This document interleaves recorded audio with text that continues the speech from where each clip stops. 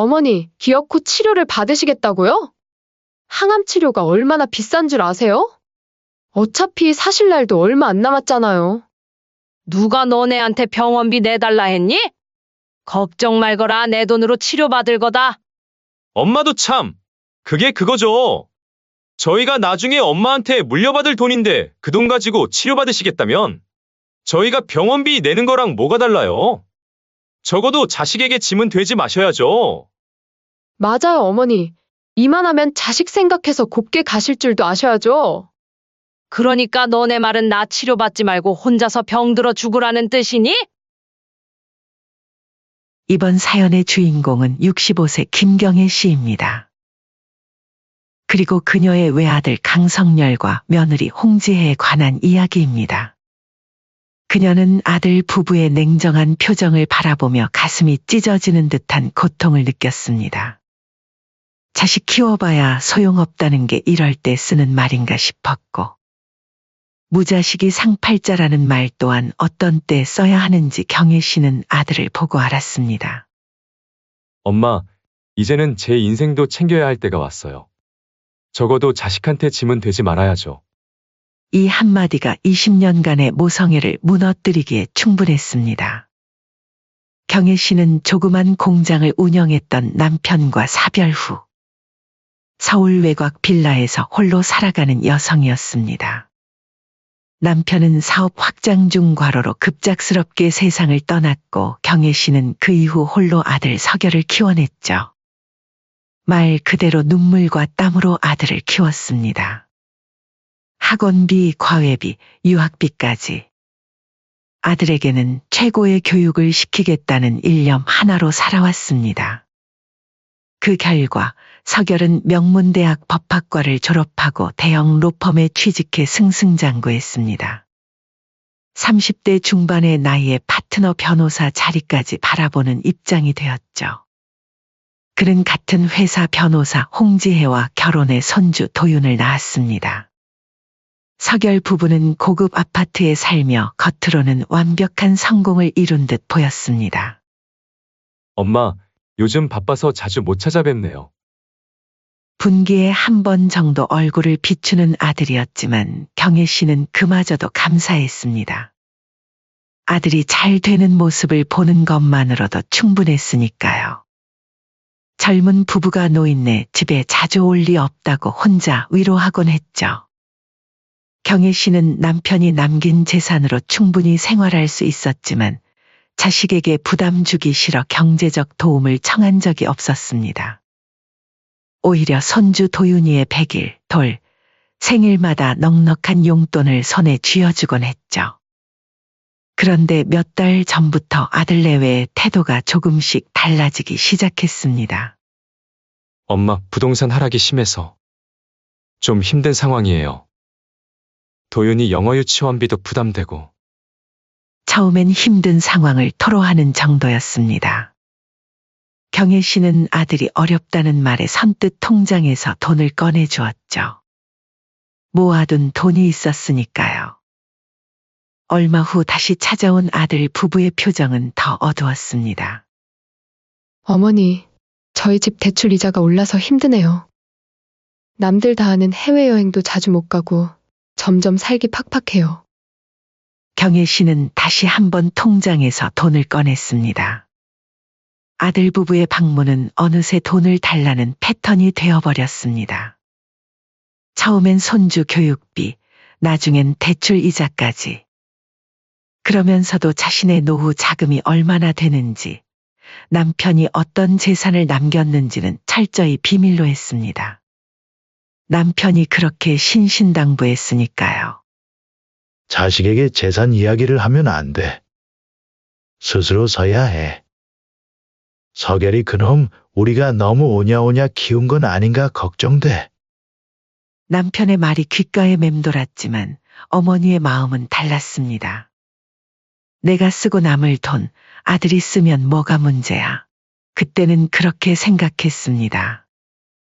그러던 어느 날 계속된 하복부 통증으로 병원을 찾은 경혜 씨는 초기 자궁암 진단을 받았습니다. 생명에는 큰 위협이 없지만 수술과 항암 치료, 약값까지 합치면 수천만 원의 비용이 예상되는 상황이었죠. 김경애님 빨리 수술하셔야 합니다. 초기라 완치 가능성이 높습니다. 의사의 말에 경혜 씨는 망설였습니다. 아픈 것보다 아들에게 병원비 이야기를 꺼내는 게 더 두려웠기 때문입니다. 하지만 어쩔 수 없었습니다. 혼자서 감당하기에는 너무 큰 금액이었으니까요. 진단서를 들고 집으로 돌아가는 길, 현관문 앞에서 우연히 아들 부부의 대화가 들려왔습니다. 엄마 자궁암이라고? 수술비가 얼마나 든대? 응, 아까 어머니한테 전화 왔었어. 5천만 원은 기본이래. 거기에 항암 치료까지 하면 억대 가까이 될 수도 있대. 미치겠네. 이대로 가다간 어머니 유산 다 병원비로 거덜나는 거 아니야? 현관문 앞에 서 있던 경혜 씨의 다리가 휘청거렸습니다. 아들의 말이 믿기지 않았습니다. 당신 어머니가 얼마나 갖고 있는데. 정확히는 모르지만 아버지가 꽤 남기고 가셨다던데. 근데 돈 얘기를 물어보면 얼버무리셔. 그냥 병원비 부담 못 해주겠다고 단호하게 말해야겠어. 그래도 어머니가 우리한테 병원비 내달라고는 안 하시지 않을까? 그렇긴 한데 어차피 나중 되면 엄마 유산도 우리 건데. 병원비로 다 빠져나가서 한 푼도 못 물려받을 수도 있잖아. 맞아. 너무 비싼 치료 받으실 필요 있어? 나이도 있으신데 고통스럽기만 하지. 그냥 자연스럽게 가시는 게. 경혜 씨는 그 자리에 주저앉고 싶었습니다. 자신의 아들이 어머니의 죽음을 바라는 말을 하다니 이게 현실인지 악몽인지 구분이 안 갔습니다. 치료비 부담하면서까지 우리가 희생할 필요 있냐고. 도윤이 교육비도 있고 집도 바꿔야 하고. 경혜의 손에 든 진단서가 바닥에 떨어졌습니다. 그 소리에 현관문이 열렸고 서결 부부의 놀란 얼굴이 보였습니다. 엄마, 언제부터 거기 계셨어요? 경혜 씨는 떨리는 손으로 진단서를 주었습니다. 눈물을 참으며 담담하게 말했습니다. 방금 병원에서 왔어. 서결 부부의 얼굴이 창백해졌습니다. 얼마나 들었는지 알 수 없었지만 경혜 씨의 표정만 봐도 무언가 들었다는 것을 짐작할 수 있었습니다. 암이래. 수술해야 한대. 서결은 당황한 기색이 역력했습니다. 흐트러진 표정을 감추며 급히 말했습니다. 엄마, 그게. 안 그래도 아까 들었어요. 걱정 마세요. 다 잘 될 거예요. 경혜 씨는 아무 말 없이 집 안으로 들어갔습니다. 암으로 인해 아픈 것보다 아들의 진짜 마음을 알게 된 순간이 더 아프게 느껴졌죠. 다음 날 서결 부부가 다시 찾아왔습니다. 마치 어제의 일은 없었다는 듯 평소와 다름없는 표정으로 말입니다. 엄마도 노후 준비 좀 잘하셨어야죠. 요즘은 자식이 부모까지 책임지는 시대 아니에요. 맞아요, 어머니. 저희도 도윤이 영어 유치원비에 대출도 있고. 아들 서결의 말에 경혜는 가슴이 찢어지는 듯 했습니다. 자신이 아들에게 얼마나 헌신했는지 그리고 지금까지도 계속 돈을 지원해주고 있는지 모르는 듯한 발언이었습니다. 며느리 지혜는 더 직설적이었습니다. 어머님, 솔직히 우리도 대출 상환하랴, 아이 교육비 마련하랴 정신없어요. 이번에 보너스도 깎였다고요. 무슨 말인지 잘하셨을 거라 생각이 들어요. 너무 야박하다 생각하지 마시고 자식이 뭘 원하는지 생각해 보셔요. 경혜 씨는 말없이 그들의 이야기를 들었습니다. 자신을 짐으로 여기는 아들 부부의 말 한마디가 평생의 희생을 무너뜨리고 있었습니다. 너네 마음 잘 알겠으니 나도 너네한테 부담 주기 싫다. 병원비는 내가 알아서 할게. 그럼 치료를 받으시겠다는 거네요? 일단 알겠습니다. 그렇게 그들이 떠난 후 경혜 씨는 오랜만에 남편의 사진을 바라보았습니다. 당신 말이 맞았어요. 재산 이야기는 하지 말았어야 했는데. 눈물이 볼을 타고 흘러내렸습니다. 그동안 모성애라는 이름으로 자신을 속여왔던 것을 후회했습니다. 아무리 자식이라도 곁에 없으면 그만인 존재였습니다. 의지할 곳은 결국 자기 자신뿐이었습니다. 그날 밤 경혜 씨는 평생 처음으로 자신의 아들을 미워하는 마음이 들었습니다. 그리고 평생 처음으로 자신의 삶을, 자신의 행복을 위해 살아야겠다고 다짐했습니다. 하지만 그녀는 아직 아들 부부가 얼마나 냉혹한 존재인지 완전히 깨닫지 못했습니다. 그들이 곧 그녀에게 무슨 일을 꾸미고 있는지, 그리고 그것이 얼마나 잔인한 계획인지 알지 못했습니다. 암 진단 후 더욱 쇠약해진 경혜 씨. 그녀는 아들의 냉담한 반응에 처음으로 모성의 한계를 느꼈습니다. 병원에서 처방받은 약을 먹으며 혼자 눈물 짓던 날이 일주일쯤 지났을 때였습니다. 서결이와 며느리 지혜가 갑자기 찾아왔습니다. 평소와 다르게 환한 미소를 띠고 있었죠. 엄마, 요양 겸 공기 좋은 곳에서 쉬면 어떨까요? 저희가 알아본 곳이 있는데 자연 속에서 치료하면 더 빨리 회복될 거예요. 아무래도 엄마가 건강해지셔야 제 마음도 놓이죠. 경혜 씨는 아들의 갑작스러운 제안에 조금 놀랐습니다. 지금까지 병원비도 부담스러워하던 아들이 갑자기 요양을 제안한다니 의아했죠. 하지만 희망이 없어진 그녀에게 이 제안은 한 줄기 빛과도 같았습니다. 정말? 그런 곳이 있어? 지혜는 태블릿을 꺼내 아름다운 산골, 별장 사진들을 보여주었습니다. 나무로 지은 예쁜 통나무집, 맑은 계곡물이 흐르는 뒷뜰, 울창한 숲으로 둘러싸인 산책로까지. 마치 휴양지 같은 곳이었습니다. 어머님, 이곳은 산책로도 있고 공기도 좋아서 암 환자들이 많이 찾는데요. 저희가 매주 찾아뵐게요. 이곳에서 지내면서 근처 병원에서 항암 치료도 하면서 완치한 사람들도 많아요. 거기 비용은 얼마나 하는데? 경혜 씨가 물었습니다. 며느리는 미소를 지으며 손사래를 쳤습니다. 걱정 마세요. 돈보다도 어머니 건강이 먼저죠. 맞아요. 엄마는 돈 걱정하지 마시고 건강에만 집중하세요. 자식 뒀다 어디 했어요? 경혜 씨의 눈시울이 붉어졌습니다. 병원비 부담으로 차갑게 굴던 아들이 이렇게 자신을 위해 알아봤다는 사실이 그녀를 감동시켰습니다. 그녀는 아들 부부의 손을 꼭 잡았습니다. 정말 고마워. 너희 덕분에 힘이 나는 것 같구나. 우리 함께 잘 이겨내보자. 서결과 지혜는 서로 눈빛을 교환했지만 그 당시 경혜 씨는 그것이 무슨 의미인지 알지 못했습니다. 그렇게 일주일 후 아침, 아들은 어머니의 짐을 차에 실었습니다. 필요한 의료와 약, 간단한 생필품들을 챙겼죠. 엄마, 핸드폰 좀 줘보세요. 여기는 특별한 앱으로 위치를 확인해야 하거든요. 경혜 씨는 순순히 핸드폰을 건넸습니다. 아들 서결이는 핸드폰을 받아 무언가를 조작한 후 주머니에 넣었습니다. 일단 제가 가지고 있을게요. 위치 설정이 좀 복잡해서. 그렇게 아들 내외는 경혜 씨를 태우고 서울을 벗어났습니다. 고속도로를 타고 2시간가량 달린 후 점점 외진 산길로 접어들었습니다. 포장도로가 끝나고 자갈길이 시작되었습니다. 경혜 씨는 창밖으로 펼쳐진 아름다운 풍경에 감탄했습니다. 여기 정말 공기가 좋구나.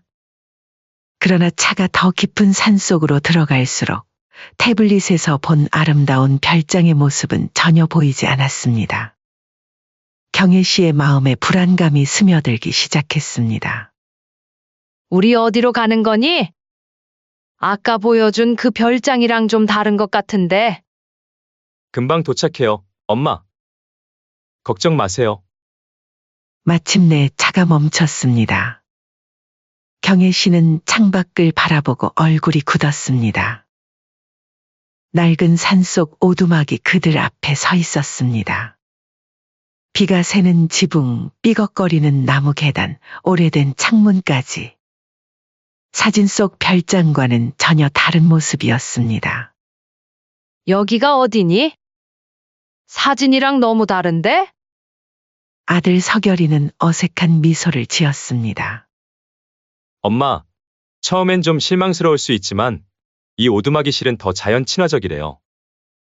자연 속에서 치유되는 게 약보다 낫대요.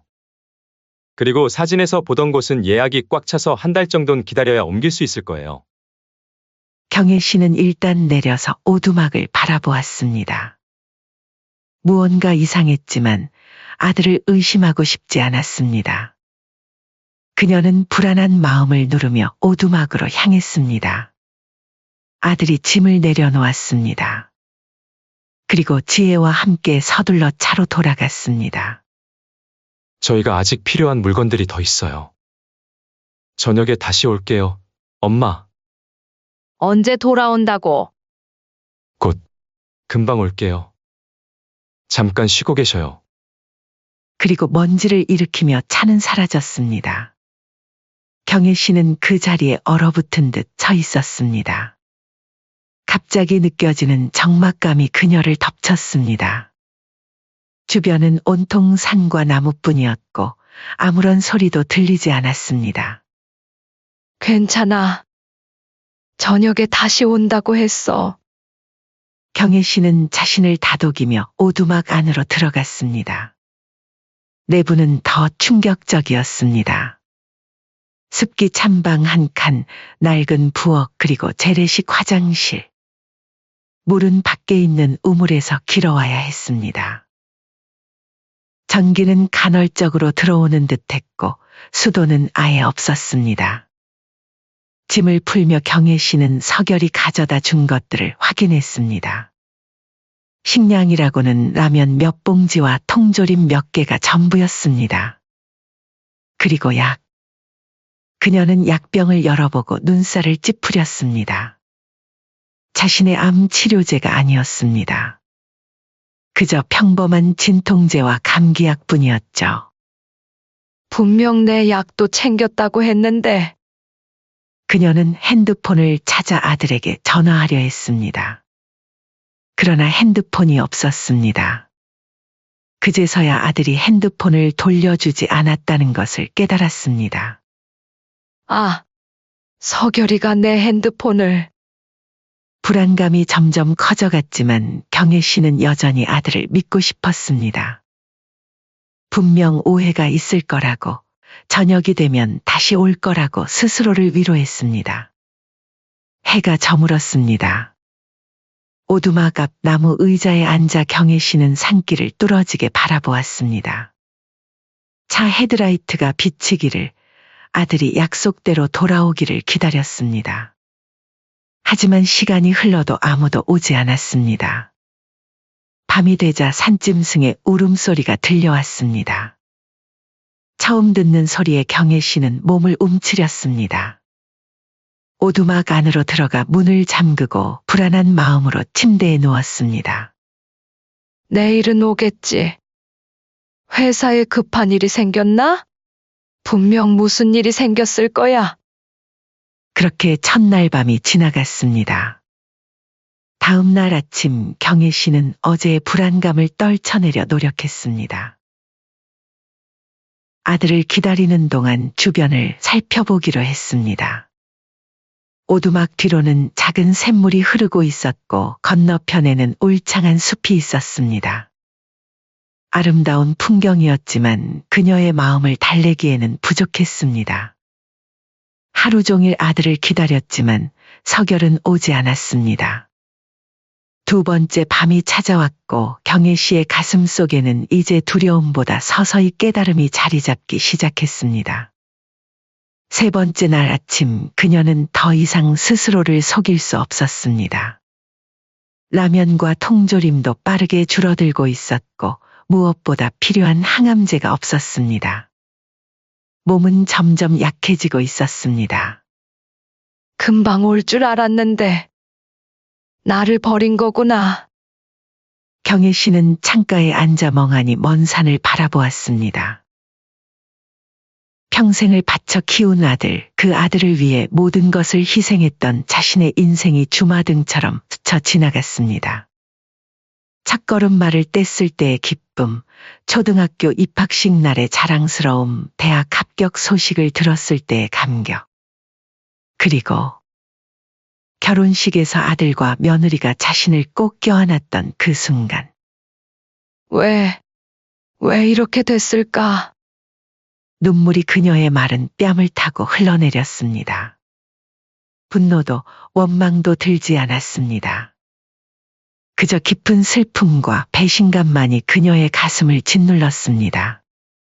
그러나 해가 중천에 이르자 경혜 씨의 눈빛이 변하기 시작했습니다. 이대로 여기서 죽을 순 없어. 그녀는 남은 식량을 정리하고 물통을 채웠습니다. 낡은 손전등도 찾아내어 작동 여부를 확인했습니다. 모든 준비를 마친 그녀는 오두막 주변을 살피며 내려갈 길을 찾기 시작했습니다. 밤이 되자 다시 한번 산짐승의 울음소리가 들려왔습니다. 내일 아침 일찍 출발하자. 새벽 공기는 차가웠습니다. 경혜 씨는 준비해둔 작은 배낭을 메고 오두막을 나섰습니다. 수술을 위해 비상금 역할로 손목에 착용한 노란 약통 속 현금 30만 원과 보조 배터리를 확인했습니다. 반드시 살아서 내려가야 해. 경혜 씨는 어제 하루 종일 관찰한 산길을 따라 발걸음을 옮겼습니다. 아들이 차를 타고 떠난 방향을 기억했기 때문이죠. 평생 도시에서만 살았던 그녀에게 산속 생활은 낯설었지만 생존 본능은 그 어느 때보다 강했습니다. 첫날은 그저 한 방향으로 계속 걸었습니다. 지친 몸이 비틀거려도 발이 돌부리에 걸려 넘어져도 그녀는 멈추지 않았습니다. 해가 질 무렵 그녀는 작은 바위 아래에서 쉬었습니다. 먹을 것은 얼마 남지 않았고 물도 아껴 마셔야 했습니다. 둘째 날은 엎친 데 덮친 격으로 비까지 내렸습니다. 산비는 모질고 차가웠습니다. 경혜 씨의 옷은 곧 흠뻑 젖었고 온몸이 떨렸습니다. 그러나 그녀는 멈추지 않았습니다. 한 발 또 한 발. 아들에 대한 배신감과 분노가 그녀를 지탱했습니다. 숲이 조금씩 덜 울창해지기 시작했고 간간히 사람의 흔적이 보이기 시작했습니다. 가까워졌어. 조금만 더. 몸은 한계에 다다랐습니다. 암 치료를 받지 못한 데다 영양실조와 탈수 증상까지 겹쳐 그녀의 상태는 위태로워졌습니다. 그러나 멀리서 들려오는 자동차 소리가 그녀에게 마지막 희망을 주었습니다. 사흘 만에 산길을 헤매며 내려온 경혜 씨는 간신히 작은 마을 입구에 도착했습니다. 지친 모습으로 비틀거리며 걸어오는 노인을 본 마을 주민들은 놀라 달려왔습니다. 할머니, 괜찮으세요? 누가 좀 도와주세요. 마을 주민들은 서둘러 119를 불렀고 경혜 씨는 가장 가까운 병원으로 이송되었습니다. 김경애님, 이제 괜찮으세요? 눈을 뜬 경혜 씨 앞에는 하얀 가운을 입은 의사가 서 있었습니다. 병실의 하얀 벽과 소독약 냄새가 그녀를 현실로 돌아오게 했습니다. 여기가 어디죠? 지역 종합병원입니다. 마을 주민들이 산에서 쓰러진 채로 발견돼 이송됐습니다. 심각한 탈수와 영양실조 상태였어요. 경혜 씨는 천천히 기억을 되찾았습니다. 아들의 배신, 산속 오두막 그리고 필사적인 탈출. 모든 것이 선명하게 떠올랐습니다. 우선 경찰을 좀 불러주세요. 제 아들이 저를 숲속에 버리고 갔어요. 의사는 놀란 표정으로 그녀를 바라보았습니다. 그 말을 듣던 간호사가 즉시 경찰에 신고했고 얼마 지나지 않아 경찰이 병실을 찾아왔습니다. 김경애 씨, 아드님과 며느님에 대한 진술을 좀 들을 수 있을까요? 경혜 씨는 담담하게 모든 것을 말했습니다. 아들과 며느리가 자신을 속여 산속 오두막에 데려간 경위, 집을 떠나기 전 들었던 대화들, 그리고 혼자 산에서 내려오기까지의 과정까지. 경찰은 모든 내용을 꼼꼼히 메모했습니다. 현장 확인을 위해 오두막 위치를 알려주실 수 있으세요? 경혜 씨는 기억을 되살려 최대한 자세히 위치를 설명했습니다. 경찰은 즉시 수사에 착수했고 현장 조사팀이 오두막을 찾아 증거를 수집했습니다. 놀랍게도 결정적인 증거는 예상치 못한 곳에서 발견되었습니다. 아들 서결의 차량에 설치되어 있던 블랙박스였죠. 블랙박스에는 경혜 씨를 오두막에 데려다주는 과정이 고스란히 담겨 있었고, 더욱 충격적인 것은 차 안에서 나눈 아들 부부의 대화였습니다. 드디어 해냈네. 이제 엄마 병원비 걱정 안 해도 돼. 어차피 암이니까 엄마도 자식한테 폐 안 끼치고 곱게 가는 게 좋다고 생각하실 거야. 진짜 법적으로 문제 없는 거지? 여보, 나 변호사야. 증거만 없으면 돼. 한국에서 노인 실종 건이 하루에 얼마나 되는지 알아? 하루에만 40건 가까이 신고가 돼. 그럼 우리는 며칠만 있다가 실종 신고만 하면 되겠네? 이 대화는 그들이 어머니를 버리려 했다는 고의성을 입증하기에 결정적인 증거가 되었습니다. 경찰은 즉시 서결 부부를 체포했고 구속 수사가 진행되었습니다. 사건은 그 당시 뉴스로도 보도가 되었죠. 노모를 산속에 버린 변호사 부부라는 제목의 기사는 사회에 큰 충격을 주었습니다.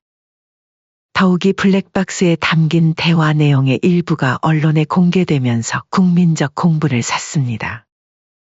경혜 씨는 병원에서 회복하는 동안 자신의 이야기가 이렇게 크게 보도될 줄은 몰랐습니다. 그녀는 단지 살아남고 싶었고 아들의 부당한 행동에 대해 정의를 바랐을 뿐이었습니다. 하지만 사회는 그녀의 사연에 분노했고 수많은 지원과 격려가 쏟아졌습니다. 어머니, 힘내세요. 저희가 도와드릴게요. 병원에는 매일 위문 편지와 선물이 도착했습니다. 노인 복지 단체들이 그녀의 치료비를 지원하겠다고 나섰고 여러 변호사들이 무료 법률 지원을 제안했습니다. 경혜 씨는 이런 따뜻한 관심에 감사했지만 한편으로는 혼란스러웠습니다.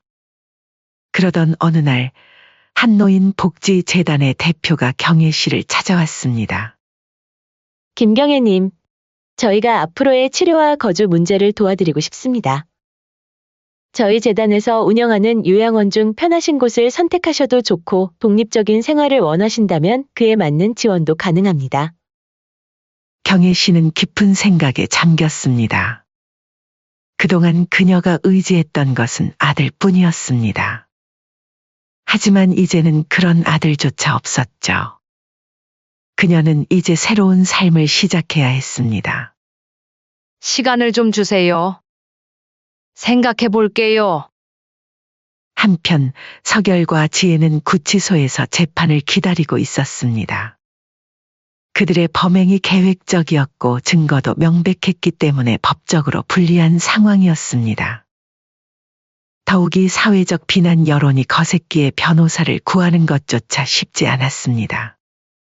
아들 서결이 근무하던 로펌은 그를 즉각 해고했고 변호사 협회는 징계 절차를 시작했습니다.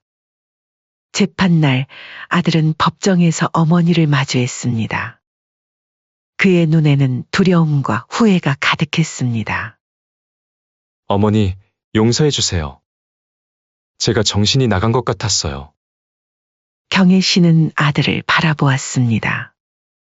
내가 그렇게 짐처럼 느껴졌니? 이제 와서 미안하다고 해도 소용없다. 자식에게 버림받은 부모의 비참한 심정을 너네들은 모를 거다. 어머니, 정말 죄송해요. 저희가 잠시 눈이 멀었던 것 같아요. 법원은 아들 서결이에게 징역 5년의 실형을, 며느리 지혜에게는 4년을 선고했습니다. 재판이 끝난 후 경혜 씨는 병원 근처 작은 아파트로 거처를 옮겼습니다. 노인복지재단의 도움으로 치료도 지속할 수 있었고 생활에도 큰 불편이 없었습니다. 그녀는 점차 자신만의 시간을 보내며 마음의 평화를 찾아가고 있었습니다. 1년 후 김경혜 씨의 인생은 완전히 달라졌습니다. 아들의 배신으로 시작된 끔찍한 경험은 그녀에게 새로운 인생을 선물했습니다. 암 치료는 성공적으로 마무리되었고 그녀는 이제 조용한 해안가 마을에서 새로운 삶을 살고 있었습니다. 경혜 선생님, 오늘은 어떤 이야기를 들려주실 거예요? 마을 커뮤니티 센터에 모인 노인들이 경혜 씨를 반갑게 맞이했습니다. 그녀는 이제 노인 학대 방지 프로그램의 주요 강사가 되었습니다. 자신의 경험을 바탕으로 다른 노인들에게 자존감과 권리에 대해 가르치고 있었죠. 오늘은 우리가 스스로를 지키는 법에 대해 이야기해 볼까 해요. 경혜 씨는 부드러운 미소를 지으며 자리에 앉았습니다. 그녀의 눈빛은 강인했고 목소리는 확신에 차 있었습니다. 이제 그녀는 피해자가 아니라 생존자였고 약자가 아니라 지도자였습니다. 여러분, 나이 들었다고 짐이 되는 건 아니에요. 우리는 여전히 소중한 삶의 주인공이니까요. 그녀의 강연은 항상 큰 호응을 얻었습니다. 특히 그녀의 사연이 전국적으로 알려진 후 많은 노인들이 그녀에게서 용기와 희망을 얻었습니다. 경혜 씨의 이야기는 노인 문제에 대한 사회적 관심을 불러일으켰고 관련 법률도 강화되었습니다. 강연을 마친 후 경혜 씨는 작은 카페로 향했습니다. 그곳은 그녀가 노인 복지재단의 도움으로 오픈한 세컨드 라이프라는 이름의 카페였습니다. 비슷한 상처를 가진 노인들이 모여 이야기를 나누고 서로를 치유하는 공간이었죠. 어서 오세요, 경혜 씨. 오늘도 강연자라셨나요? 카페를 함께 운영하는 박순자 씨가 반갑게 맞이했습니다.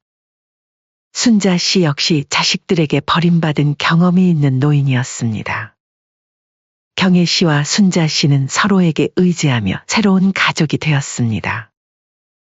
네, 오늘도 많은 분들이 참석하셨어요. 점점 더 많은 노인들이 자신의 권리에 대해 목소리를 내고 있어요. 경혜 씨는 창가에 앉아 따뜻한 차를 마셨습니다. 창밖으로는 잔잔한 바다가 보였고 해변을 따라 산책하는 사람들이 보였습니다. 평화로운 풍경이었죠. 그때 카페 직원이 편지 한 통을 들고 다가왔습니다. 발신인을 확인하자 그녀의 표정이 굳었습니다. 교도소 주소와 함께 강성열이라는 이름이 적혀 있었습니다. 아들이에요. 순자 씨가 조심스럽게 물었습니다. 경혜 씨는 천천히 고개를 끄덕였습니다. 편지에는 서결의 애절한 사과와 함께 부탁이 적혀 있었습니다. 어머니, 정말 죄송합니다. 제가 정신이 나갔었습니다. 매일 밤 악몽에 시달리고 있습니다. 어머니가 산에서 얼마나 고통스러웠을지 생각하면 숨이 막힙니다. 제발 저를 용서해 주세요. 그리고 가능하시다면 탄원서를 제출해 주시면 감형을 받을 수 있을 것 같습니다. 어머니의 자비를 구합니다. 아들 서결 올림. 경혜 씨는 편지를 읽은 후 잠시 생각에 잠겼습니다. 그리고 천천히, 아주 천천히 편지를 찍기 시작했습니다. 한 조각, 두 조각. 편지는 곧 작은 종이 조각들로 변했습니다. 경혜 씨, 순자 씨가 걱정스럽게 바라보았습니다. 경혜 씨는 미소를 지었습니다. 그것은 슬픔이나 분노가 담긴 미소가 아니었습니다. 오히려 평화로움과 결단력이 담긴 미소였습니다. 괜찮아요, 순자 씨. 이제 정말 모든 게 끝났어요. 그녀는 종이 조각들을 쓰레기통에 버렸습니다. 그것은 단순히 종이를 버리는 행위가 아니었습니다. 그녀의 과거와 아픔을 완전히 놓아주는 상징적인 행동이었습니다. 아들이 가명을 원하나 봐요. 아무리 부모 자식은 천륜이라 하지만 애들은 절대로 용서받지 못할 짓을 했어요. 어찌 용서할 수 있겠습니까? 경혜 씨는 창밖을 바라보았습니다. 바다는 여전히 잔잔했고 햇살은 따뜻했습니다. 그녀의 새 인생도 그렇게 평화롭고 따뜻했습니다. 오늘 오후에는 무슨 계획이 있으세요? 순자 씨가 물었습니다. 노인보호센터에 기부금 전달하러 가야 해요. 그리고 저녁에는 무료 급식소에서 봉사할 예정이에요. 경혜 씨는 자신의 경험을 통해 얻은 관심과 후원금의 일부를 항상 어려운 사람들을 위해 사용했습니다. 특히 자식들에게 버림받은 독거노인들을 돕는 일에 적극적이었죠. 같이 가요. 저도 도울게요. 순자 씨가 미소 지었습니다. 경혜 씨는 고마운 마음으로 고개를 끄덕였습니다. 저녁이 되자 경혜 씨와 순자 씨는 마을 무료 급식소에서 봉사활동을 하고 있었습니다. 따뜻한 음식을 받아가는 노인들의 얼굴에는 미소가 가득했고 그것을 바라보는 경혜 씨의 얼굴에도 미소가 번졌습니다. 경혜 씨, 이 할머니는 최근에 집을 잃으셨대요. 당분간 머물 곳이 필요하시대요. 봉사자 한 명이 다가와 말했습니다. 경혜 씨는 잠시 생각에 잠겼다가 결심한 듯 고개를 끄덕였습니다. 제가 운영하는 쉼터의 방이 하나 있어요. 그곳에서 지내시면 어떨까요? 경혜 씨는 자신의 사비로 작지만 쉼터도 운영하고 있었습니다. 노인 학대 피해자들이나 갈 곳 없는 노인들을 위한 임시 거처였죠. 정말 감사합니다, 경혜 씨. 어느 한 할아버지가 감사하게 말했습니다. 경혜 씨는 미소로 답했습니다. 서로 돕고 살아야죠. 제가 어려울 때 많은 분들이 저를 도와주셨으니까요. 경혜 씨는 만족스럽게 미소 지었습니다. 그녀는 이제 과거에 얽매이지 않고 미래를 향해 당당히 걸어가고 있었습니다. 버림받은 어머니가 아니라 자신의 인생을 스스로 개척하는 강인한 여성으로 말입니다.